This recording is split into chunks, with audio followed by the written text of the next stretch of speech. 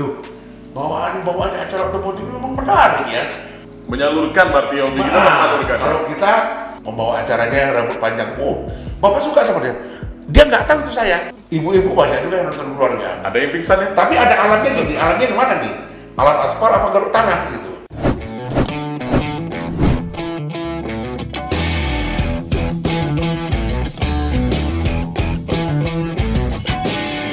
Selamat datang di dunia nyata karena ini bukan mimpi. Bang Yakub Rainbow. Luar biasa. Podcast bukan mimpi hari ini kedatangan sosok legendaris. Beliau merupakan salah satu komentator dunia balap ya. Siap. Gimana kabarnya Bang? Sehat Bang? Ya? Sehat Abang? Alhamdulillah sehat. Ya, Apa kesibukannya sekarang Bang? Gua tahun istirahat jadi melar badan. Jadi pandemi kemarin gimana Bang? Kan event banyak yang nggak boleh tuh Bang. Memang pada pandemi kita memang betul-betul break total. Tidak boleh sama sekali kita. Cuma ya di salah satu sisi daripada teman-teman otomotif suka bikin balap liar itu di daerah pinggiran-pinggiran. Iya. Di kabupaten-kabupaten seperti Rohil, Bulilas yang udah masuk ke dalam karena ajang balap ini memang sulit mereka tinggalkan, hobi mereka di situ. Abang mulai masuk ke dunia balap ini sejak tahun berapa Bang? Saya sebenarnya pegang mikrofon. Itu merasa tertarik sebenarnya awal-awalnya biasa aja. Tahun 88. Pada saat itu kejuaraan Pekon Cup Unri. Bertepatan pada saat itu datang pembalap nasional Indonesia, Iwan Wikwanto dan Rinto Waluyo. Waktu masih di Limbungan. Tahun 88. Jadi pada awalnya tuh masih pakai mikrofon toa corong aja. Belum ada ya belum trendy sekarang. Jadi di situ hanya sekedar panggil-panggil pembalap. Itu sama sekali tidak terlihat saya di situ, nggak tahu saya. Cuma hanya membantu-bantu teman-teman aja. Abang sadar punya bakat di dunia itu kapan? Pada saat tahun 90. Saya juga kaget. Pada saat itu mungkin karena saya berkecimpung di dunia otomotif, nama saya cukup dikenal rupanya. Saya dapat surat dari YMKI Motor Kencana Indonesia. Itu namanya Presiden Racing, namanya Edmond Cho. Dia kirim surat sama saya kaget. Siapa nih nama Edmond Cho? Saya pernah baca dari salah satu tabloid otomotif. Ini Presiden Direktur Racing ini. Kok kirim surat sama saya? Sobek kok. Mau datang kedatangannya ke dealer Yamaha di Pekanbaru. Pada saat itu di Bima Sakti, dekat sebelah saya itu kan dekat MP. Saya tanya, ada apa suratnya ini? Saya kenal nama bapak dunia otomotif. Kita ada gelar nasional Indonesia. Apa itu? Keren race. Tahun 90 bersama Trendy Promo Mandira. Terus saya dapat surat ini. Oh terus, wah ini gelaran yang paling akbar nih. Belum pernah kita bikin tahun 90, belum ada race. Artinya ini event paling besar zaman itu Bang? Belum ada loh. Yang paling pertama kali itu race. Datang ke Pekanbaru. Di mana kita rencanakan? Kami sudah tinjau di belakang kantor gubernur katanya. Waktu kantor gubernur jaraknya masih kerikil, masih belum bagus. Itulah kita benahi, kita coba. Itulah awalnya. Saya ketemu dengan announcer Indonesia yang memang kontrak Yamaha. Itu namanya Didi Jagger. Oh iya. Beliau legendaris juga itu. di dunia MC benar. Saya tahu sama dia. Saya tengok, loh, bawaan acara otomotif memang menarik ya. Seperti dia, bahkan saya pun mencobalah gali ilmu dia. Diajaknya lah tidur sama dia bareng ya kan. Saya terangkanlah bagaimana cerita dunia otomotif gitu. Yang penting awal pertamanya bisa ngomong. Kan aku bisa ngomong gitu ya kan. Dunia otomotif, kamu suka baca koran? Suka. Coba hafal-hafal nama pembalap. Nah, disitulah saya merasa tertarik. Tahun 91 saya jumpa lagi sama dia. Kejuaraan motocross Asia Pasifik di Simpang 3. Yang saat ini sirkuitnya itu yang SAR itu. Ya, Kantor SAR. Kantor SAR ya. Ya, itu sirkuit Asia Pasifik dulu. Yang mengarah ke bandara lama Bang ya? Itu. Kalau nggak salah itu pada saat itu ada 8 negara Pasifik ini. Berarti ini skate internasional waktu itu Bang ya? Internasional. Internasional produk rokok, Lucky Strike. Ya, internasional. Nah, siapa yang menjadi referensi Abang di dunia MC balap ini Bang? Kalau sebenarnya saya itu dulunya sama Opan Tobi. Saya tertarik dengan vokalnya. Kalau dengan geliat agresifnya, suka saya dengan Didi Jagger. Pertama kita kan rada-rada tertarik kan dari warna vokal. Benar. Dari warna vokal saya merasa tertarik dengan Open Tobing. Terus dengan geliat dengan gayanya saya suka dengan Didi Jagger. Saya kolaborasi lah di situ, saya coba ambil seri-seri bagian-bagiannya. Jadi kombinasi antara Didi Jagger dan Open Tobing inilah yang melahirkan seorang Yakub Rainbow. Ya. Bang, nama Yakub Rainbow sendiri, Rainbow ini dari mana asalnya nih Bang? Dasarnya pertama begini, memang pada posisinya saya tuh juga suka musik rock dulunya. Kurang lebih daripada tahun 80-an. Siapa Bang? Band favorit rock apa Bang? Rainbow. Rainbow. Ya. Jadi saya waktu itu rock and roll itu. Nah, di situ saya suka anak breaker. Saya masukkan nama saya rupanya memang di situ rupanya. Bang, MC balap otomatis abang punya kecintaan terhadap dunia otomotif sendiri. Ya. Nah, abang pernah nyoba nggak Bang selain MC cuma nyoba balap gitu Bang? Dari dulunya sih kita sebenarnya balap kampung. Masa itu kita masih itu dunia balap ini hadirnya di roda 2 di Pekanbaru khususnya Riau, itu di Garuk Tanah Grass Track. Saya pernah ikut-ikutan aja. Jadi kan ikut-ikutan itu ya ikut-ikutan lah namanya juga, yang kalau bilang dulunya apa namanya itu ya tukang angkat helm lah. Tapi saya pernah ikut-ikut juga gitu. Jadi daripada posisi ikut-ikut itu ya saya cedera di jari saya ini. Itu gara-gara balap Pak ya? Gara-gara balap. Jadi rupanya saya tertarik di situ. Selesainya kira-kira dari tahun 90 saya udah off. Jadi di situ lah saya jumpa sama Didi Jagger itu waktu kejuaraan di MKI itu.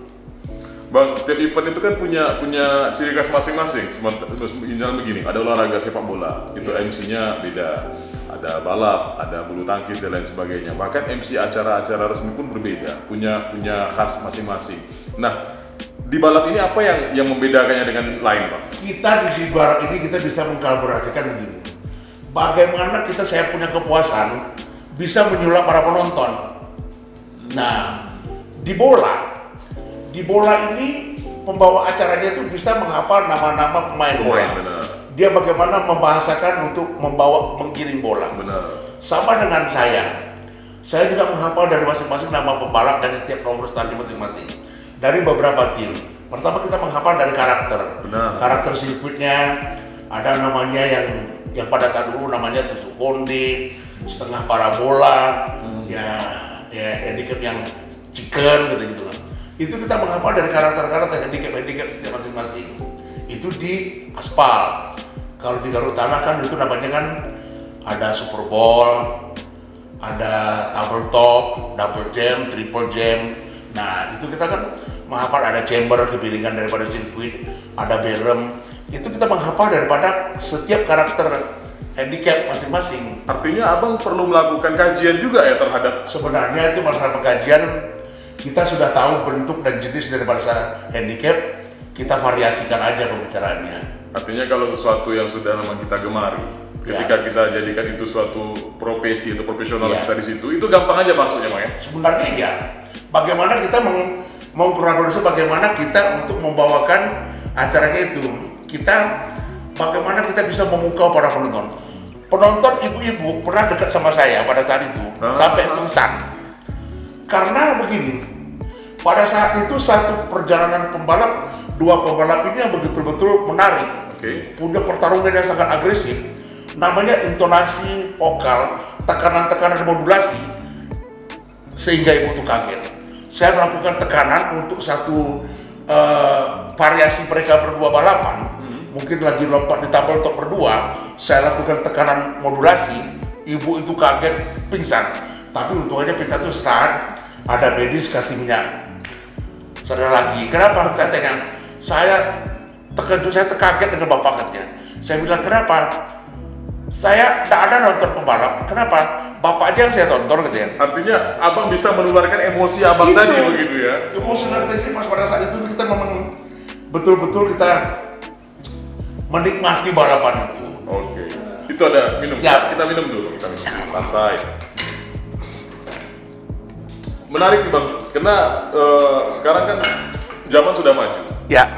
Setiap orang itu punya rasa ingin tampil, apalagi dengan berkembangnya media sosial ini, Bang. Banyak platform-platform media sosial yang menawarkan aplikasi, dan di situ orang bisa tampil dengan gaya dan stylenya masing-masing. Jika halnya seorang ini memiliki bakat, dia akan terjun ke dunia MC yang profesional. Jika tidak, dia hanya sebatas di media sosial. Apa trik dan tips kalau seorang itu punya bakat untuk menjadi seorang MC, Bang? Seorang announcer atau pembawa acara ada beberapa macam ragam. Ada acara bawa kawinan, ya benar. Ada acara nyanyi, ya kan. Terus ada bola dan ada MC lainnya gitu. Benar. Yang pertama, kita sebenarnya enak di dunia MC. Kita bisa kemana-mana dibayarin orang. Benar. Ya terbang kita kemana-mana dibayarin orang, dapat duit lagi. Kita happy, kita bisa kunjungi kota orang. Banyak orang kita kenal, ya Bang? Iya, kita bisa dikenal orang lagi, ya kan? Terus kemudian gini, kita tuh bisa menghafal hobi kita. Menyalurkan berarti hobi kita menyalurkan. Kalau kita menjadi pembawa acara panggung hiburan, berarti kita hafal dengan si penyanyi. Benar. Si penyanyi lokal yang kita bawakan, berarti kita mesti tahu nyanyian yang dia bawakan tuh ada penyanyi aslinya. Karena kan di penyanyi lokal belum ada penciptakan lagu. Sama dengan kita kalau bawakan acara balap, kita hafal nama pembalap dan kita tahu timnya. Dan kita tahu prestasi-prestasi mereka, itu harus kita ulas. Kita juga mesti mengetahui prestasi-prestasi mereka, dan sebelumnya kita juga kasih pandangan kepada para penonton. Satu kesempatan kali ini para pembalap kita yang hadir misalnya gitu kan, ya kan, ada dari beberapa pembalap yang pernah menjebolkan daripada kaca pertahanan pembalap nasional pada saat itu di balapan di mana gitu. Jadi kita bisa melaporkan gitu, sehingga para penonton ini, wah ini seru ini. Artinya momen-momen unik yang terjadi saat balapan itu kita tangkap. Iya. Dan nanti kita sampaikan di dalam acara kita sampaikan. Pada satu kesempatan kali ini, pembalap ini yang kita undang memang spesial untuk hadir pada tempat acara kita kali ini. Bagaimana penjualan dari pembalap daerah kita sendiri. Kita ada punya pembalap daerah kita yang bakal kita angkat.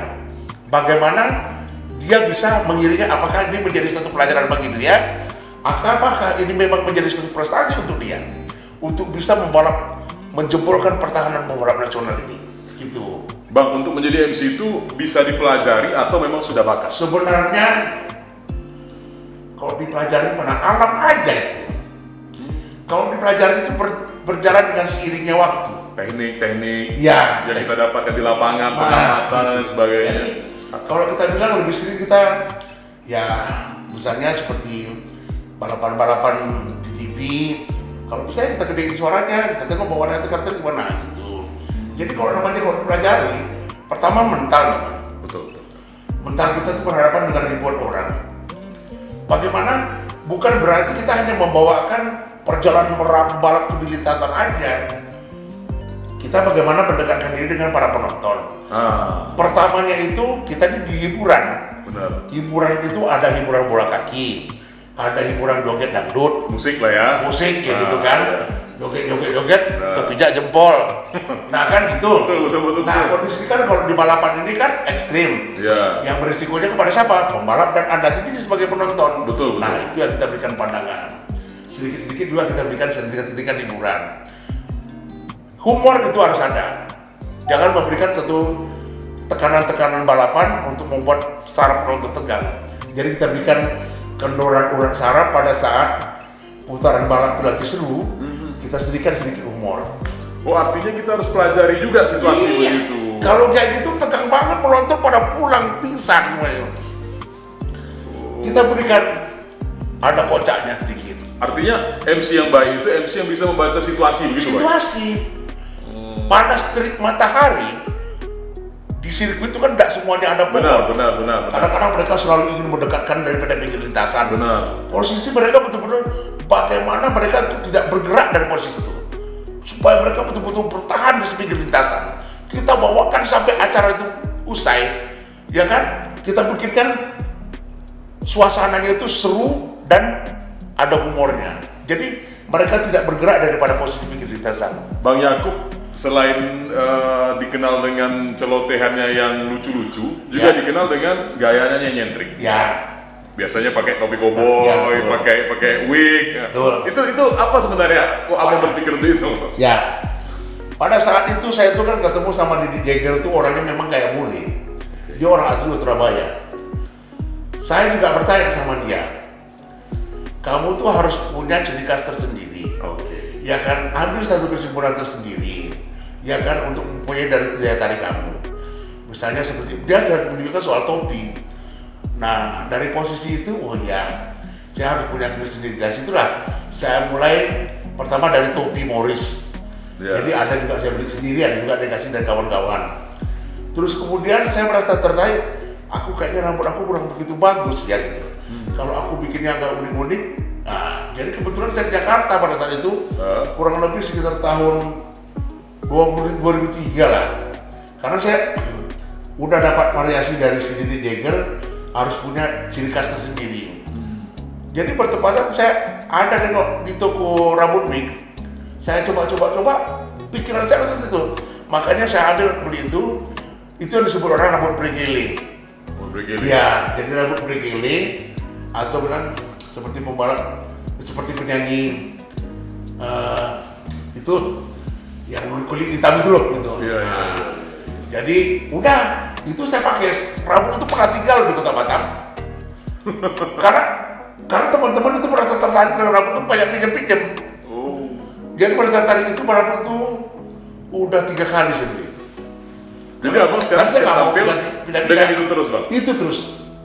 Karena orang kenalnya Hanya Reno itu hanya- gitu. Bahkan saya pernah pada saat itu di suatu balapan, saya lagi di kedai kopi. Ya. Nah, ada cerita balap ya Pak di sini Pak, iya gini-gini. Wah saya tertarik tuh dengan pembawa acaranya rambut panjang. Oh, Bapak suka sama dia. Dia nggak tahu itu saya. Karena orang kenalnya kok emang Oh, begitu. tahu saya banyak gitu. Oh. Saya tanya, Pak, apa tuh orangnya enak, nontonnya bawaannya tuh serius. Kalau acara balapannya humornya ada. Saya tertarik. Pokoknya kalau saya nggak nonton, pergi saya. Pernah saya jumpa itu. Ternyata gaya tadi juga Gaya itu memang menjadi salah satu ciri khas saya. Di samping itu rambut saya asli. Karena di samping rambut berkele gitu, Iya. saya kan pakai topi koboi. Jadi dia nggak tahu. kalau nggak begitu orang nggak kenal ya. Nggak kenal. Jadi tahunya orang kemana aja kalau kita lihatin pasti pakai rambut itu. Tapi Jadi mungkin hadir dengan tampilan itu saja sudah bikin heboh iya ya. itu udah punya daya tarik. Ditambah dengan suasana yang kita hidupkan. Ya suasana misalnya seperti kostum. Ya. Saya ada pas itu tuh ada nemu artis gini-gini. Ada punya celana ini sebenarnya celana, tapi celana itu modelnya model rok. Tapi sampai sekarang celana itu cuma saya sendiri ya pakai, nggak ada lagi Pak.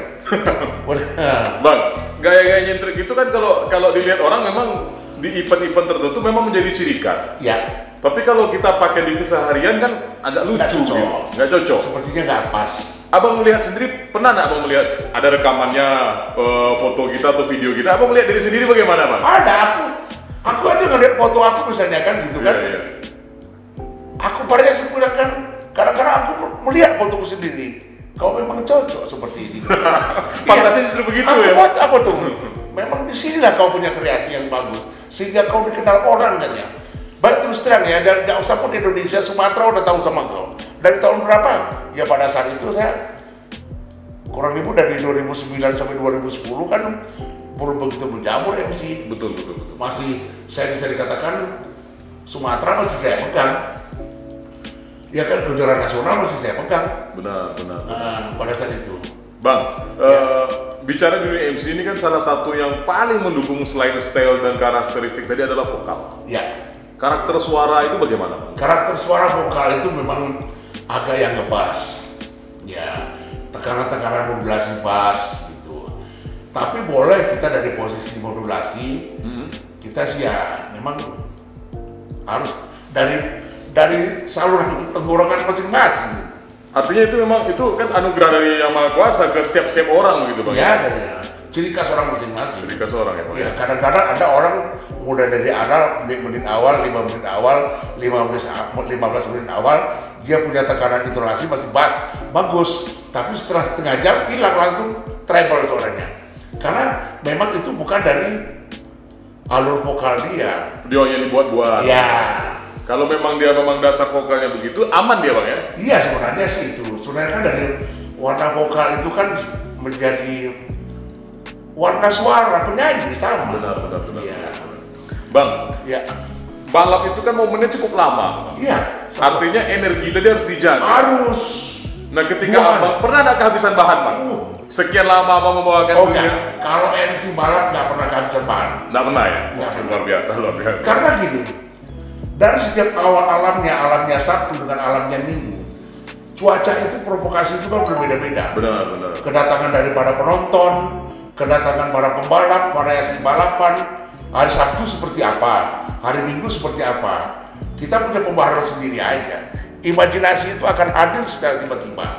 Adrenalin abang sebagai seorang MC naik ke puncak ketika momen apa bang biasanya? Saya bisa dikatakan puncaknya saya tuh dari 2009 sampai 2005 lah kira-kira. Karena dari 2009 itu mulai awal-awalnya balap itu masih agak canggung-canggung sedikit. 2005 sampai 2013 saya alhamdulillah punya rezeki yang cukup banyak. Sumatera sudah saya kelilingi semua dari itu. Tapi 2014 saya kayaknya sudah dapat MC baru dari dua daerah itu. Nah, melihat fenomena munculnya MC baru, Ya, mungkin sekedar masukan. Apa yang perlu dibenahi dan apa yang kelebihan mereka dari kita yang dulu-dulu? Gitu. kalau gini, kalau saya melihat dari perkembangan kedatangan daripada MC baru, mungkin dia memang terus terang. Iya. Jakarta itu adalah pusat perkembangan. Benar.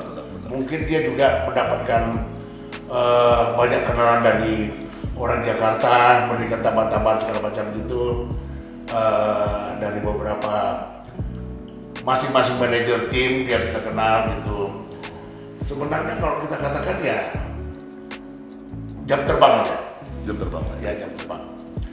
Karena kita kan pada saat itu kan untuk kehadiran dia kan dari saat-saatnya ekonomi ya, otomotif lagi memuncak dari 2013-2014 itu udah sampai sekarang udah semakin bagus kan gitu. Pada saat kita kan dari 2009 sampai 2010 itu kan posisi perkembangan otomotifnya ya masih seperti biasa. Abang kan mulai MC ini kan dari tahun 88. Ya, Sampai saat ini masih aktif menjadi MC. Nah, perkembangan dunia balap sendiri khususnya di Pekanbaru dan Riau ini bagaimana Pak? wah, kalau sekarang memang agresif.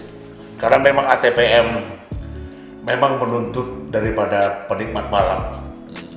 Memang hebat ATPM. Memproduksi dari masing-masing motor dengan kecanggihan mereka masing-masing. Sehingga mempunyai daya tarik. Dan di samping itu, kemajuan atau olahraga balap dari balapan ini bisa menambah perkembangan daripada mekanik.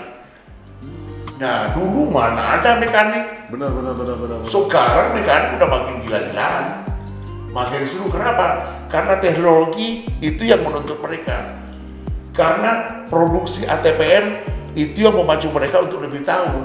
Artinya ada kolaborasi antara mekanik, produsen balap dan juga pembalapnya sendiri begitu Pak. Oke. Pertama, produk daripada motor itu hadirnya dari karburator. Iya. Dulunya pakai platina, sekarang sudah pakai CDI. Itu buat pengaruh. Itu pengaruh. Oke. Mekanik punya otak, punya pemikiran bagaimana bikin kecepatan motor yang standar ini bisa lebih. Oke. Nah, di sinilah tuntutan mekanik. Nah, di sini mekanik sekarang laku. Benar. Jadi kita kalau adik-adik kita dunia usaha itu banyak. Kalau memang suka mesin, jadi mekanik bagus. Artinya kelas mekanik sekarang sudah tidak di bawah lagi. Udah nggak dibawa lagi. Kalau Udah mereka punya skill bisa sampai ke sama puncak. dengan ya? dokter spesialis. Dan gajinya nggak main-main nih Bang ya? Ada dokter jantung, ada dokter paru, ada dokter tulang. Sepertinya dokter tulang kan dokter sasis, showbreaker, ayunan-ayunan balap itu mesti dipikirkan. Nah, untuk info masyarakat Bang, kalau kita misalnya ke bengkel biasa, Ya. yang di pinggir-pinggir jalan, kita Ya. perbaiki motor kita, Ya. oke lah. dibayar 100.000, 200.000. Ya. Nah, yang paling besar yang abang pernah tahu kalau mekanik motor balap itu bayarannya sampai berapa, Bang? Ini memang bikin mekanik bikin kayak itu. Di sini, ini ada satu produk motor, bikinkan balap, jadi ada ukurannya. Kalau misalnya ukuran yang kira-kira 18 juta, 18 juta nanti ada rinciannya. Rincian 18 juta di dalam mesin seperti ini, seperti ini. Sekarang kan gini, itu ada motor, ada bodi, ada mesin. Sekarang dia mau bikin motor kencang untuk mesin, berarti ke mesin. Mesin itu standarnya 18 juta, isi perutnya ini. Akan ini ada ini. Dari beberapa spare part itu ada macam-macam ukuran. Seperti per klep misalnya. Per klep itu ada beberapa mode. Kalau yang ini kreativitasnya seperti ini, harganya gini. Kalau kita yang pakai yang ini, klepnya kebutuhannya nih, wah dia jago di sini, harganya begini. Mau kau yang mana? Di situ. Gitu. Jadi kalau uang mekanik udah ini. Jadi ada yang 35. Kalau kita katakan merogoh kantong lebih dalam katanya, memang benar. Untuk bikin motor kencang bisa beli motor baru. Hanya memodifikasi. Atau untuk modifikasi. Bang, kita tahu kan MC balap ini kan tidak banyak, beda dengan MC lain. MC musik itu ya banyak berseliweran. Untuk ini segmennya khusus dan honor itu juga khusus. Oh iya pasti. Berapa honor terbesar kalau kami boleh tahu? Yang pernah Bang terima di dunia MC balap ini? Saya kalau sebenarnya pada saat itu mulai dari 2005 sampai 2011 atau 2012 honor saya yang terbesar itu kalau saya diundang ke Batam. Di Batam ya? Untuk cash money aja gitu, di luar daripada transportasi dan lain sebagainya ya? Saya nggak pernah hotel saya 300.000 di Batam. Kamar hotel saya paling murah 1.200.000. Artinya begini ya, honor kita bukan ditetapkan orang lagi, tapi kita yang menentukan. Memang kitanya, weh, kita undang Pak Yakub begini sama gini. Dia nanya, oh begitu. Pak Yakub, kalau kami undang nilainya berapa begitu ya? Gitu, Bang. Tanggal sekian bagaimana Bang? Oke, tunggu sebentar saya lihat dulu. Wah kayaknya nggak ada nih, boleh deh gua. Main udara laut nih, udara laut gitu. Oke Bang, siap gitu. Ya, gitu. Jadi kalau Kepri, Tanjung Pinang, Batam, Tanjung Balai Karimun, 7 jutaan alhamdulillah mau pulang. Selama Abang melakukan menjadi MC ini, yang paling seru itu dari tahun 84 sampai sekarang itu yang tidak bisa Abang lupakan dan menjadi momen yang paling Abang kenang itu ketika di mana? Sebenarnya kalau kita katakan dari beberapa daerah itu saya punya budaya tarik yang bermacam alamnya beda-beda. Yang enak itu sebenarnya antara Kepri dan Bengkulu, itu udara laut enak, seperti Batam, Tanjung Pinang, dan Tanjung Balai Karimun. Kadang-kadang daripada teman-teman otomotif di sana tingkat kenakalannya kan beda-beda kadang-kadang. Jadi di sini pengaruhnya kita, yang mempengaruhi kita itu kadang-kadang di situ. Bang, anak balap ini kan cenderung dikategorikan tanda kutip anak nakal. Ya, bisa. Biasanya kalau yang hobi-hobi itu biasanya ya yang suka nge-track di jalan, yang kalau dia nggak dapat panggung di sirkuit dia mainnya balap liar. Konotasi negatif begini bagaimana Bang memandang? Sebenarnya saya mengatakan tanda kutip kalau dikatakan anak nakal, ya kan? Ini gini, kalau dikatakan nakal di dunia balap pada saat event, pada saat event itu sebenarnya biasalah. Raja balapan, ujungnya kan wanita. Cari cewek itu tidak terlalu gampang mas daerah. Wah, ini Kiki jadi balap Ki. Jadi di situ. Jadi gini, kalau dikatakan anak nakalnya itu ya namanya kalau orang tua pada masa-masa 80-an, kalau udah ngebut di jalan raya, nakal kali itu anak kan gitu. Benar. Gitu. Nakal kan tidak berarti jahat begitu. Ya. Nakal itu kan ya laki-laki ya nakal biasanya. Iya gitu. Jadi kalau kita katakan anak-anak balap ini kalau dikatakan nakal itu ya balapan di kampung A dapat cewek sini, besok balapan di kampung B yang A tinggal, kan itu aja. Tergantung daripada. Kalau MC-nya sendiri nakal juga? Biasa gitu. Bang, satu lagi nih yang menarik nih di dunia balap tadi seperti yang Bang bilang tadi, wanita cantik. Ya. Ini berpengaruh nggak Bang terhadap? Pasti. Di setiap event, panitia udah pasti menyeret cewek-cewek itu. Dia targetnya pada saat masa-masa saya dulu itu namanya umbrella girl. Umbrella girl tuh ada dia seleksi. Ada dari SMP, ada yang dari SMA gitu. Tergantung daripada alam masing-masing. Seperti misalnya Bengkulu, ya kan? Itu dia ambil misalnya cewek-cewek dari yang kerja-kerja rokok, gitu. Kalau seperti kita di Kepri, Tanjung Pinang sama Batam, diambil anak-anak sekolahan. Wah, yang cantik-cantik itu udah pasti. Jadi identik dengan adrenalin, perempuan cantik dan juga euforia. Udah pasti. Larinya memang ke situ. Karena kenapa? Gitu ya? Woi, besok ada balap nih, gimana? Tanjung Pinang gitu. Udah kumpul semua ya? Dia masing-masing para pembalap sudah komunikasi seperti itu. Nah, skate penonton sendiri ya, Bang, melihat banyakannya itu balap itu ibu-ibu kah, remaja kah, usia muda atau bapak-bapak atau bagaimana? Nah, kalau masalah penonton, memang 60%-nya memang kalau kita lihat memang remaja. Remaja ya? Nah, tapi jangan salah loh. Ibu-ibu banyak juga yang nonton keluarga. Ada yang pingsan ya? Tapi ada alatnya gini, alatnya yang mana nih? Alat aspal apa garuk tanah gitu? Ah, itu beda, Bang ya? Beda. Oke. Seperti kalau misalnya yang di aspal, ya itu banyak tuh 70% memang remaja. Karena disitulah namanya posisi cari jodoh atau apa segala macam kan gitu. Untuk yang orang tuanya itu ya sekitar 30%-nya. Kita tahu, Bang, bahwasannya di Pekanbaru dan Riau ini sebenarnya kan banyak bakat-bakat balap yang bisa tumbuh dari sini. Namun karena wadah ataupun sirkuitnya ini belum ada atau fasilitasnya yang kurang, akhirnya mereka turun ke jalanan. Abang sendiri sebagai ya bukan orang baru di dunia balap, bahkan bisa dibilang ya legenda lah di situ, legenda hidup lah ya. Pernah nggak menyampaikan ini ke pemerintah? Yuk sama-sama kita bangun sirkuit, ngomong langsung ke pemangku kebijakan, pernah nggak, Bang? Itu sebenarnya sudah himbauan kita dari kemarinnya. Seperti itu ya kan. Sekarang ini kita lihat daripada posisinya, namanya balap liar itu memang susah dihapuskan terus terang. Walaupun ada sirkuit tetap ya, Bang? Walaupun ada sirkuit. Karena gini,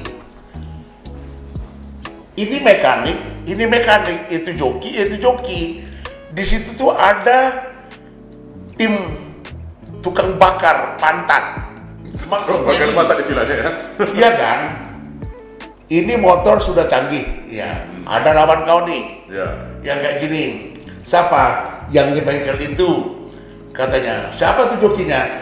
Wah, boleh juga. Nanti kita panggil joki kita. Kau pernah main sama Natu? Aduh, Pak, aku pernah main sama Natu situ gini. Gimana? Beda-beda tipis aja sama kita. Motor kita gimana? Cobalah.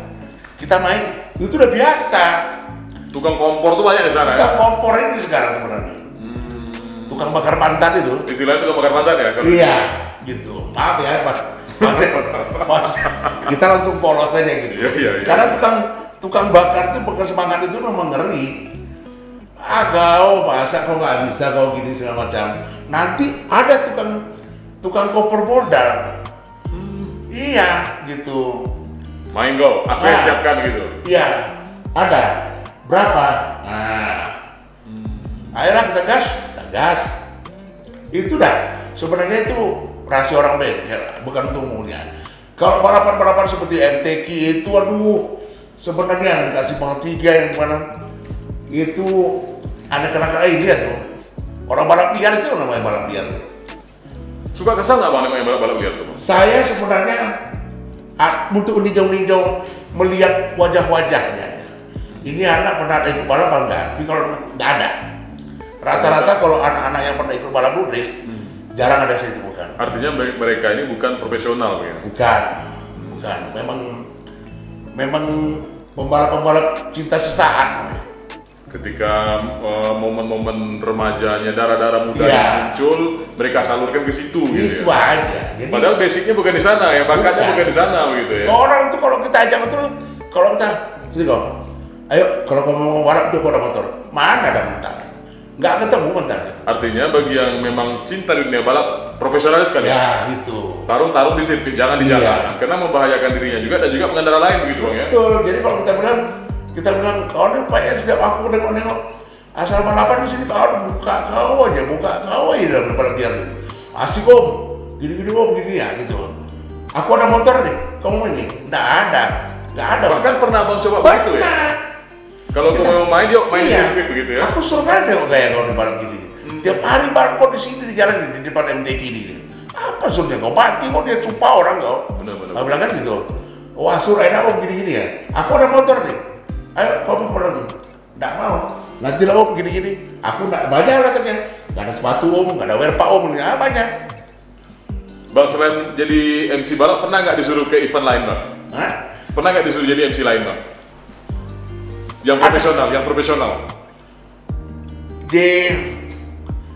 Di pada saat itu saya dunia balap.